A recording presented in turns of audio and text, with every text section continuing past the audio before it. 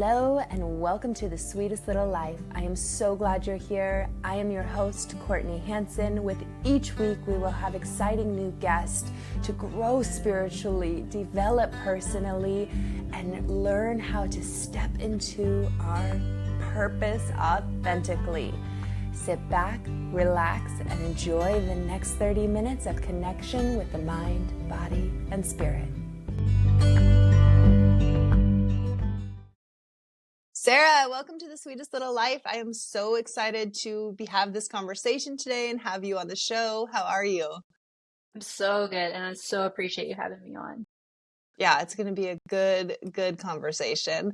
So I love to kick off and just hear who you are and your story, where you've been, the experiences that have brought you to right where you're at right now, because your story is someone in the audience is listening who's like, yes, I can get through this.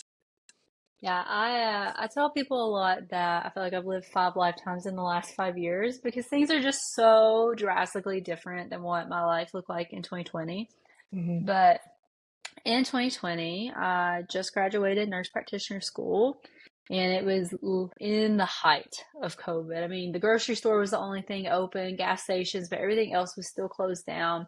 And it was late April, and I was preparing for my nurse practitioner exam. And I just really felt like there weren't any resources that met me where I was at and really kind of met my mental health where I was at. So I was spending all this time looking for really validation and confidence in myself that I could pass this exam.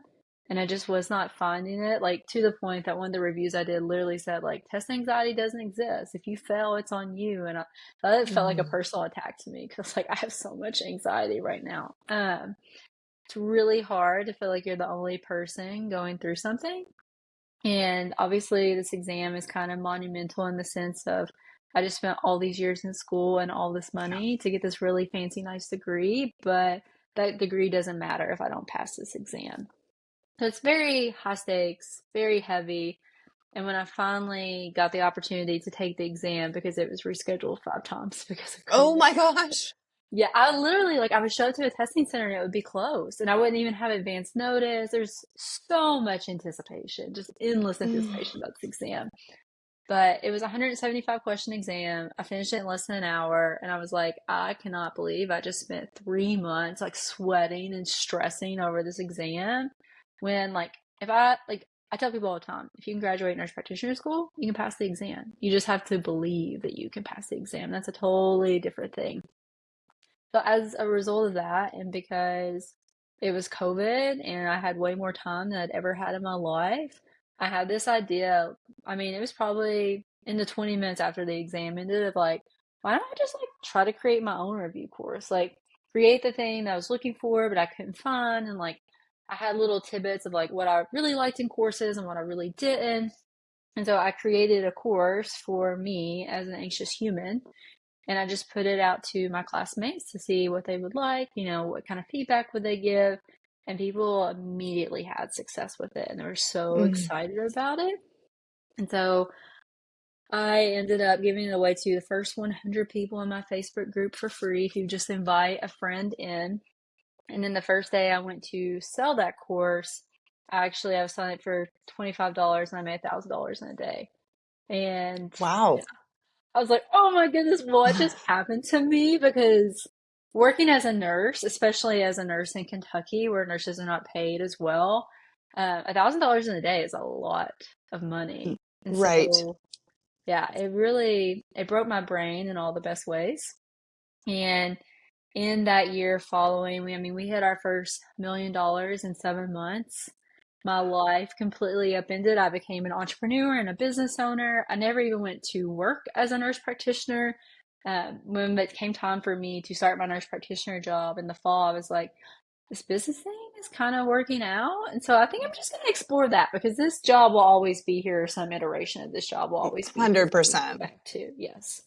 And so the cool part of that business is that I sold it at a 2-year mark. So my company underwent an acquisition into a bigger test prep company with more resources and software and all the infrastructure things that were really hard for me as a kind of smaller scale entrepreneur. Things that we were making work but were painful to make work, are just easier when you're at that level of scale.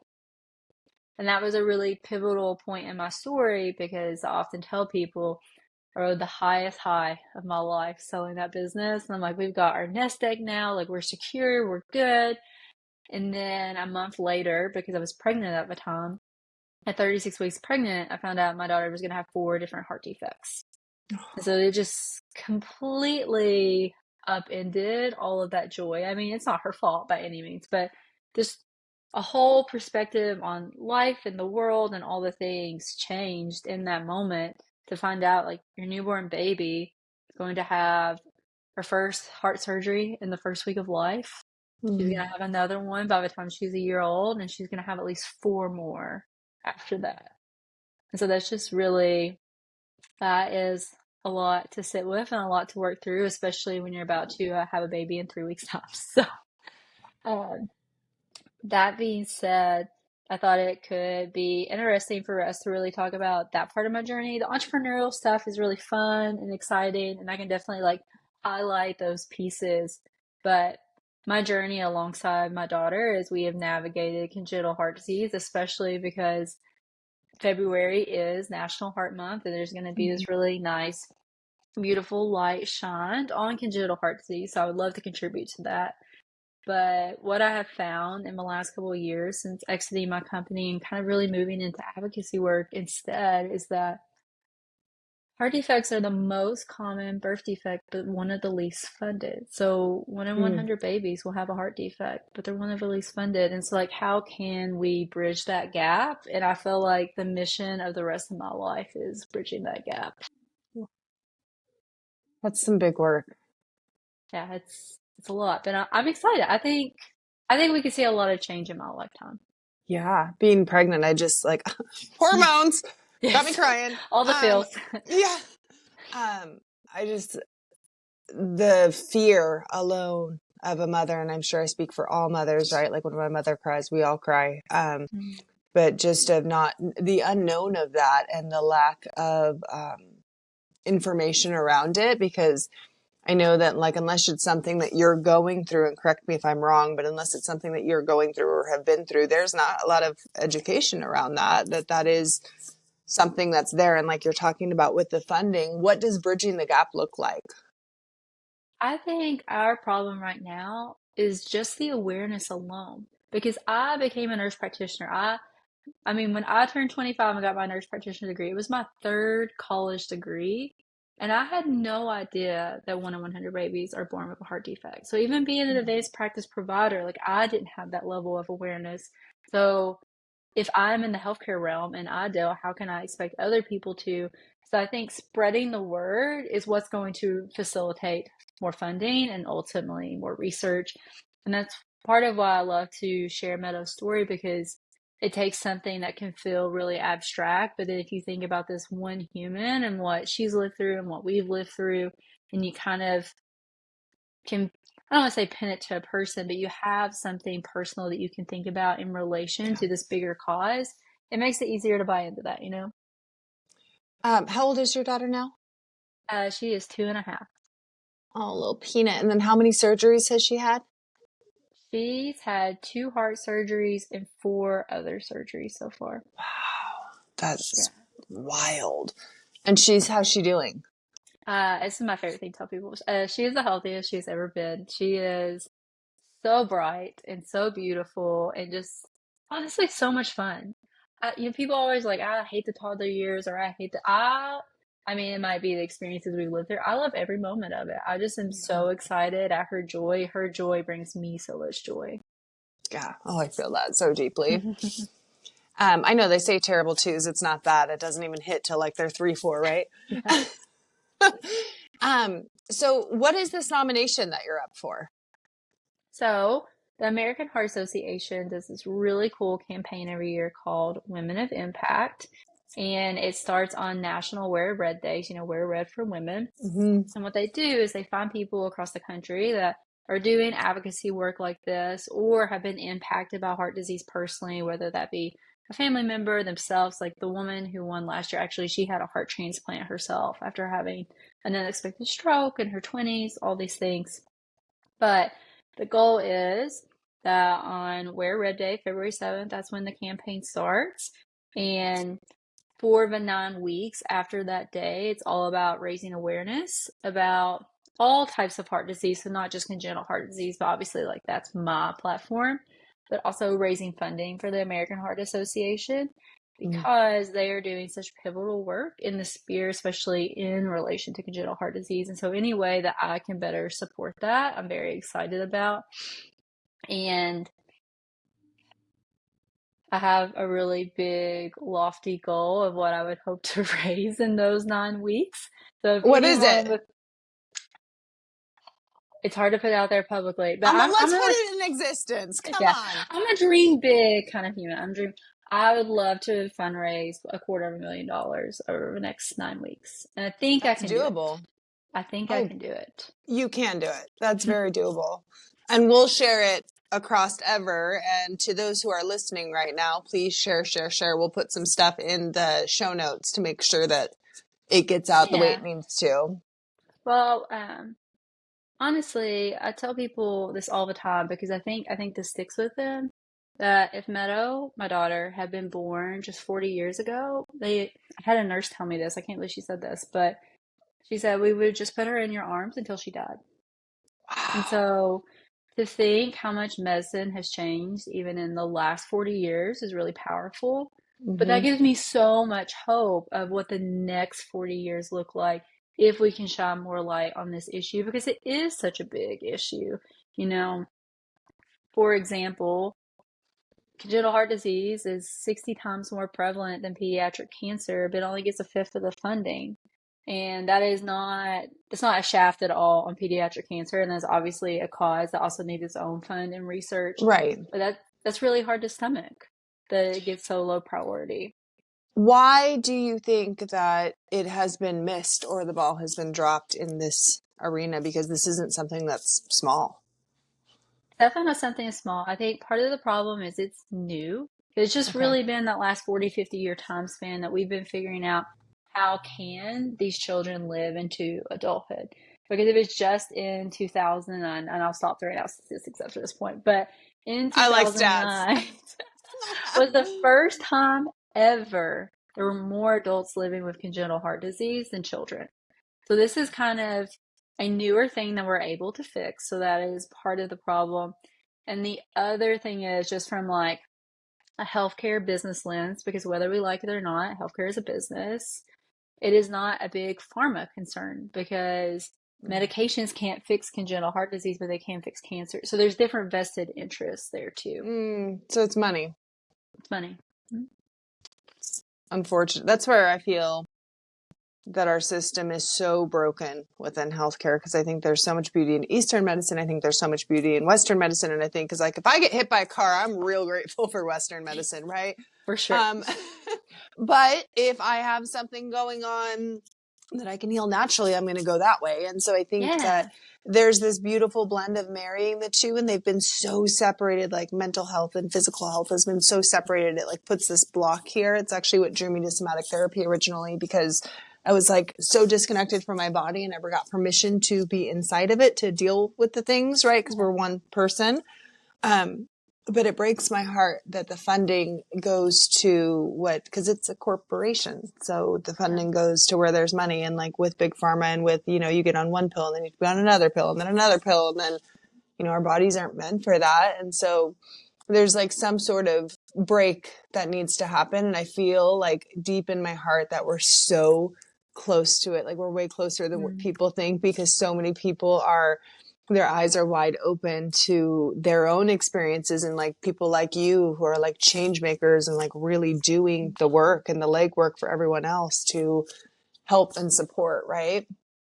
Okay. Yeah. There's just these different roles.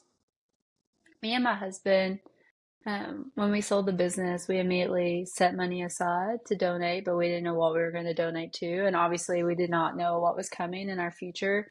So we together, it was probably one of the most beautiful days of my life. We did a $15 million donation to our local children's hospital last year. They actually dedicated the Congenital Heart Institute to my daughter, which is, but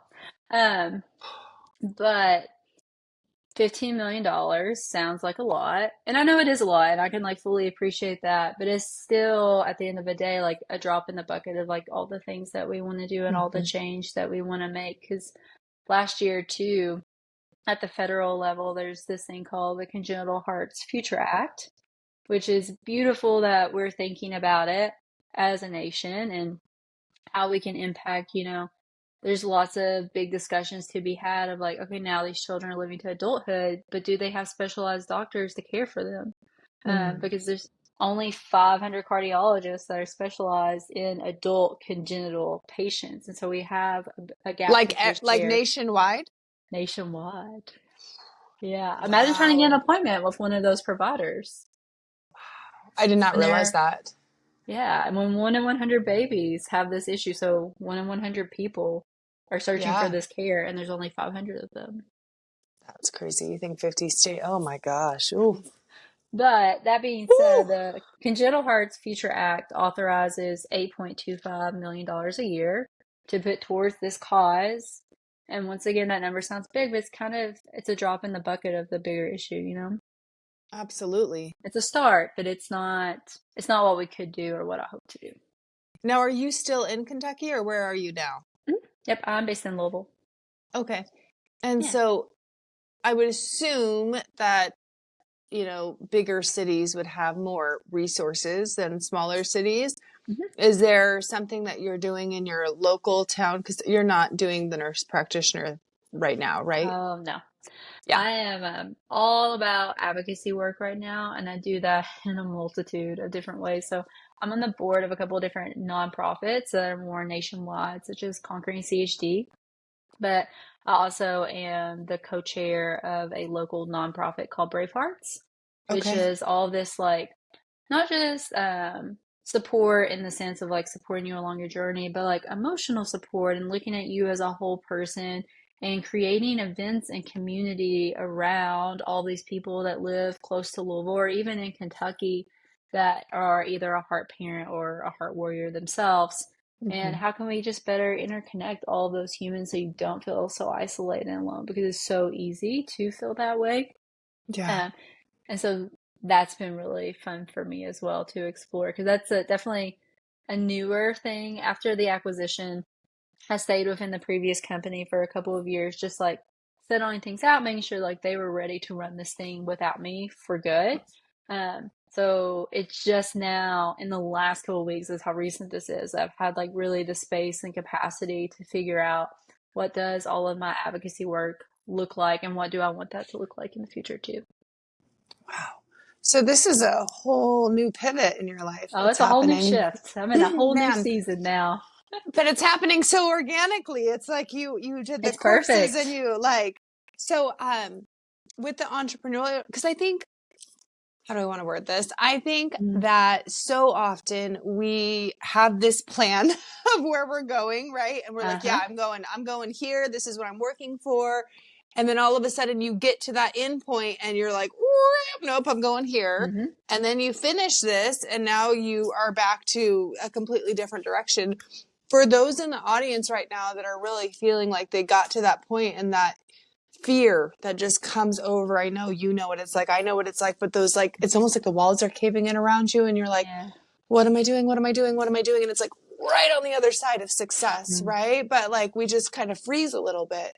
yeah. What do you do because you've had to do this so many times now? What do you do when you get to that freeze moment to be able to push through? Because I mean, you're doing heavy work. So like the self-care for you, like making sure that you're good so you can show up good, all of the things. That has definitely been its own journey. And I think the biggest thing that came to mind for me, especially considering the experiences we lived through and the fact that we spent months and months living in the hospital with our daughter, and there was at one point we almost lost her. So it was a lot to come home after that experience and be expected to just like turn back on and be normal and run our day-to-day life when we hadn't done that in months and months on end. And like, Mm-hmm. how do we kind of almost reorganize our lives around? Well, there's also a layer too, like we're first time parents. Like, we don't have any other children. And so we were already reorganizing our lives anyway to include a new child and grow our Yeah. family and all that. But to have that paired up with the sell of the business at the same time, I was in this weird area of like, I was so excited to sell, but I felt all this grief about it. And I was so excited to have my daughter, but obviously I was feeling a lot of grief. And so when we finally made it out of the hospital, I mean, it was the next week that I ended up getting my OCD diagnosis. Like, I was like, I am not well. I do not feel good in any part of my body. And at that point, I love that you brought up the somatic stuff because I was so disconnected from my body and I had pushed and pushed and pushed and pushed and pushed. And that was great. It got us in a good spot, but like I was at a point that that wasn't going to work anymore. And so Yeah. I felt like since the acquisition, since Meadow's been in a better spot health wise, and I felt like I could really turn inward and look at myself, I've done a lot of somatic work. I did a lot of exposure therapy to manage my OCD. That was a really life-changing moment for me to realize that my anxiety was not just anxiety. There was so much more to it. Mm-hmm. Um, and so even though that was really scary and intimidating at the time to think, I'm almost 30 and I'm getting a new diagnosis, like that's weird. But to finally get the right treatment, because talk therapy doesn't work for OCD, or at least not most OCDs, was really life changing and how present I could be as a human being too. So I've been really working to check in with my body, see where I feel things in my body, listen to my gut, listen to my intuition. And when I originally was planning to like finally leave my former business, I didn't have anything else lined up.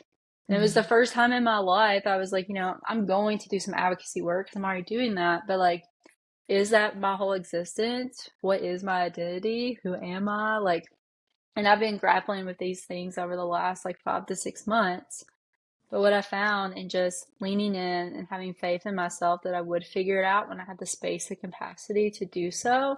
I mean, the week after I finally left my job, I got my Women of Impact nomination. And I've had like several other things pop up like that since then, even in just the last few weeks where I'm like, ooh, I made a really good call because I wouldn't have had even the availability to do this before Right. now. Um, so that's a really long-winded way to say that I'm trying my darndest to listen to my body, listen to myself, and know that I'm going to get where I need to go and having faith in that. Yeah, it sounds like the synchronicities that have happened every time Oh, you've just done it, right? Like just pulled through. When you originally got diagnosed with OCD, what were the signs that were happening? I know you said you felt unwell, but what was happening that you were like, something's not right? I need to go to the doctor. I got to a point that I literally could not pick up a butter knife because I was having so many intrusive thoughts. And this other thing with OCD, just to understand, it's a very taboo thing, so people don't want to talk about it, which is why I love to talk about I it. was like, I like But taboo. yeah, I love taboo. But I would have thoughts of like, what if I accidentally stab myself? What if I stab my newborn? What if I fall going up the stairs? What if I do this? And like, so you get to a point of all those what ifs, what ifs, what ifs, and those thoughts spiraling that suddenly it's not the steak knife anymore that you can't touch. It's any knife. Like your brain has kind of put everything in that box. Mm-hmm. That alongside my inability to sleep because when, so my daughter had her first surgery. We were in the hospital for a bit, and then we got home time before her next major surgery. But our home time was essentially just hospital time at home. We had her hooked up to monitors. She had 24/7 supervision, all this stuff. And so when we came home after the hospital and the monitors are gone and all the things are gone and we're just supposed to be normal now, Mm. my brain could not catch up to that because I would wake up and I'd be like, oh my God, is she breathing? And I'm like, I don't know for sure if she's breathing or not. Let me go check. And so I would like feel her, be like, okay, she's good. But then I'd wake up 20 minutes later and be like, okay, is she breathing now? And maybe I counted 5 breaths last time, but now I need to count 10. So it becomes like this insatiable thing with OCD. And I think the clearest explanation of OCD in a way that really resonates with people is just this intolerance of uncertainty. Like I wanted to be absolutely certain she was breathing. I wanted to be absolutely certain I was not going to stab myself with a knife. But then when that starts to impact your daily life in such a way that you can't go to a restaurant and pick up a knife, you realize something has to change. And looking back now, I can see that I've always had it, because a lot of people kind of box OCD into this like, oh, it's people that wash their hands 95 times. And that is Flip the not to switches 4 times. yes, tap the door. Like, not to discount the people that have those themes of OCD, but my themes are different. I have a lot of harm themes and different, I have a lot of what they call magical thinking. Like, if I don't do this, then something bad will happen. And so I had a lot to work through of like, did I cause my daughter's heart defect? And the thing about that is, it will never be certain. I will never know. And that's a lot of anxiety to sit with. Yeah. But with the right skills and the right help, you can figure those things out. But the first step is just finding out that you have it. So to go that long and not know was really tough, but luckily I found the right people at the right time. It just, my heart just goes out, because there's just so much that I think with mamas, when you're dealing with a child, my youngest was premature and in the NICU for a couple months, and like just the So heavy. feeling of that powerlessness that you have when your child is in the hospital and you don't have control, and that mom instinct that kicks in, right? Mm-hmm. I think that we forget, like, nothing else matters but keeping that baby safe and alive. Like, nothing else matters. The money Nothing. doesn't matter. Our health doesn't matter. Our spouse doesn't matter. Mm-hmm. Like, nothing matters but that child. And I think, like, any mom on the planet who has been in a situation like that knows that tunnel vision that goes down. And it's almost like this self-sabotage that we start to create within ourselves. And so how long was it from when baby came home to when you were able to,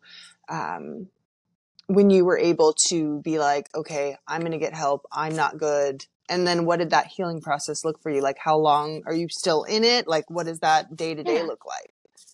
So she was born August of 2022. We finally came home for good in January of 2023.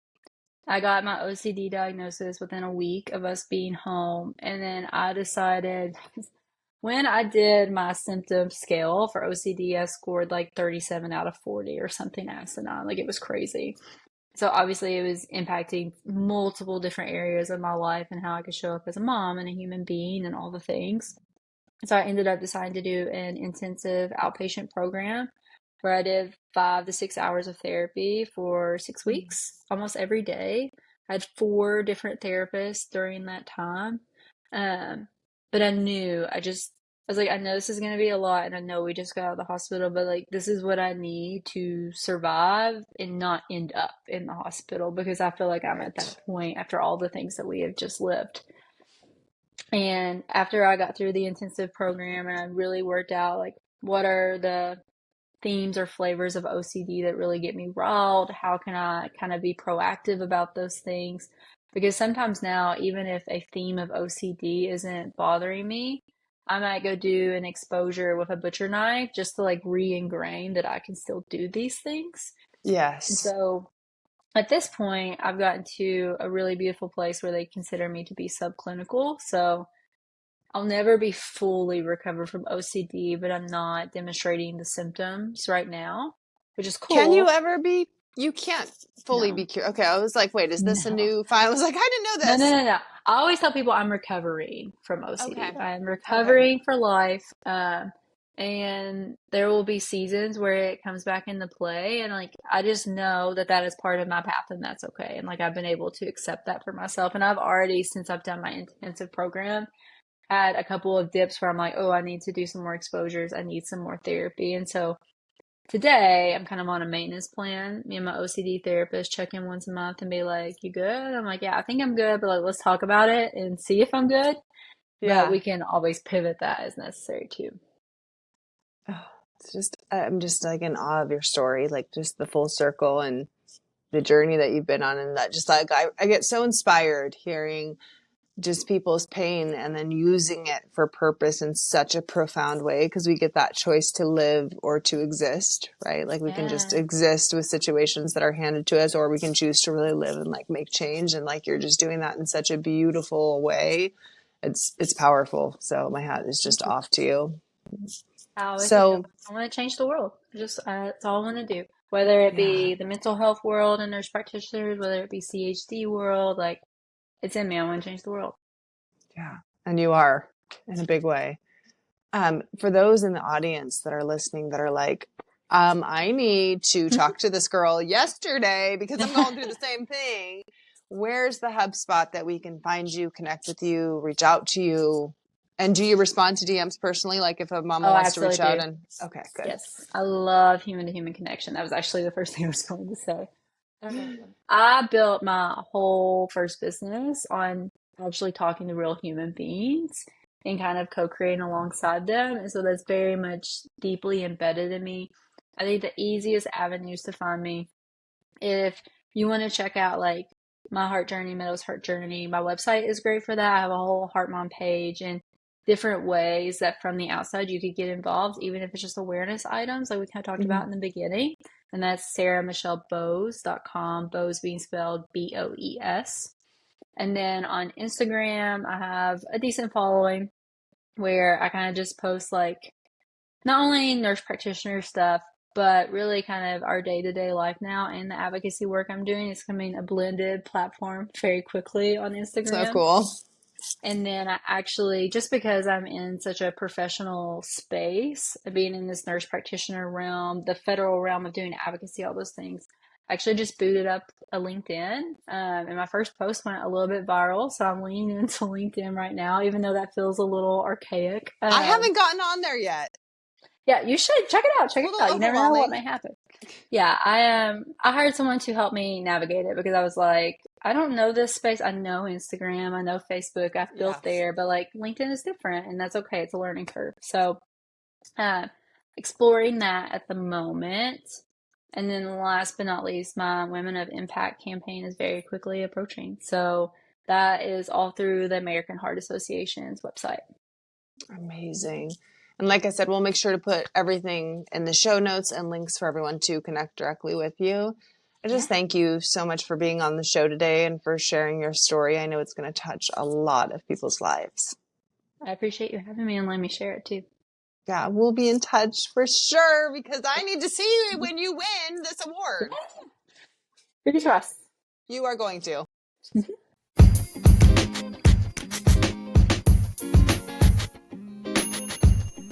Thank you so much for joining us today. If you have a takeaway or something from the conversation that really just resonated within your heart center, I would love to hear about it. Please leave it in the comment section so we can give you more of this content. As always, please subscribe, save, and sharing is caring. We love you to pieces. Have a beautiful and blessed day.